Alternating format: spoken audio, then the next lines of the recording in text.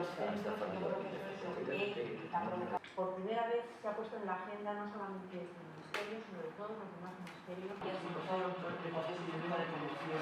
Yo creo que es muy importante que la preparación, es decir, vamos a hacer la evaluación final, después de un pruebas. se está transformando hasta el punto en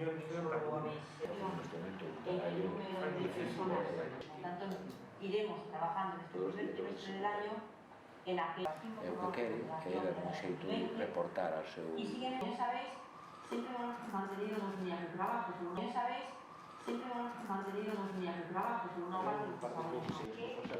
además de sus intereses, toda la cooperación sectorial, y se ha estado comentando antes. Levamos un ano de aprobación da Lei CEDA por parte do Goberno do Estado. Era unha mala lei, é unha mala lei tremendamente politizada, pero a súa aplicación é aínda peor, está sendo peor.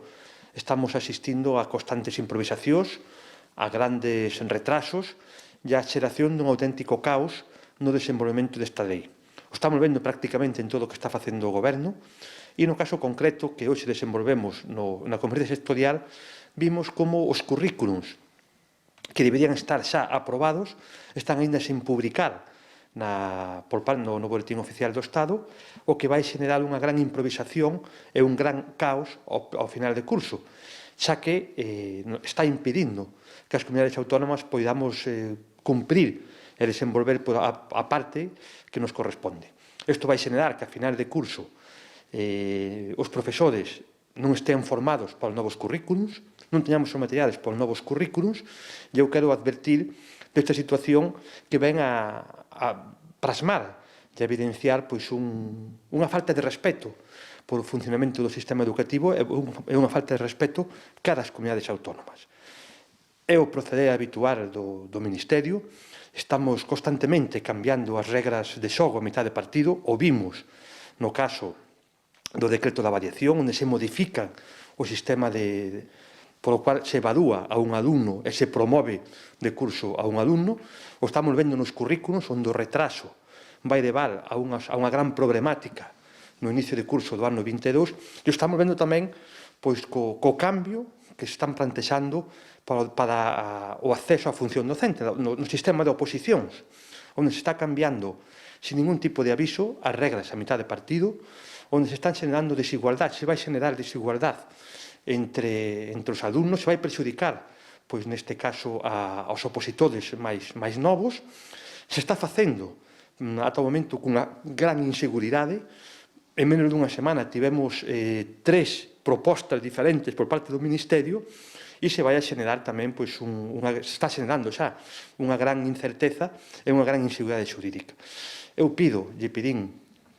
neste caso a ministra, que reflexione sobre o proceso de aplicación e desenvolvemento dunha lei que está sendo un ataque constante á estabilidade do sistema, está xerando moitísimos prexuicios, está derivando, cambiando as regras a mitad de xogo, está derivando nunha perda de credibilidade moi forte do sistema educativo